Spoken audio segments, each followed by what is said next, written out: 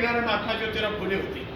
त्यानंतर महात्मा ज्योतिराव फुलेंचे जर कोणी आदर्श असेल तर ते छत्रपती शिवाजी महाराज होते. आणि छत्रपती शिवाजी महाराजांचा आज आपण तुकाराम बीजच्या निमित्तानं आज आपण हा कार्यक्रम घेतलेला आहे.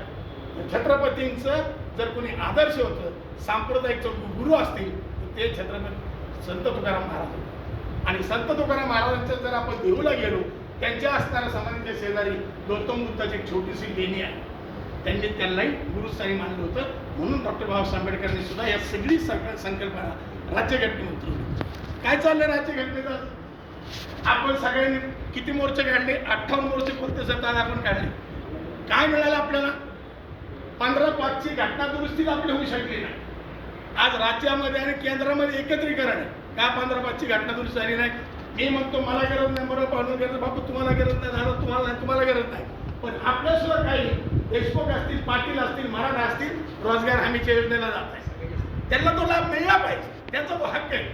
घटना दुरुस्ती 15 करा. आणि ज्या लोकांना त्या ठिकाणी आरक्षण पाहिजे, 50% आरक्षण तामिळनाडू सरकारप्रमाणे 69% करा आणि त्या लोकांना त्या प्रवाहात घ्या. बाप्पा माझा एक चुलत भाऊ विक्रम काकडे यांना माहिती, त्याची मुलगी EW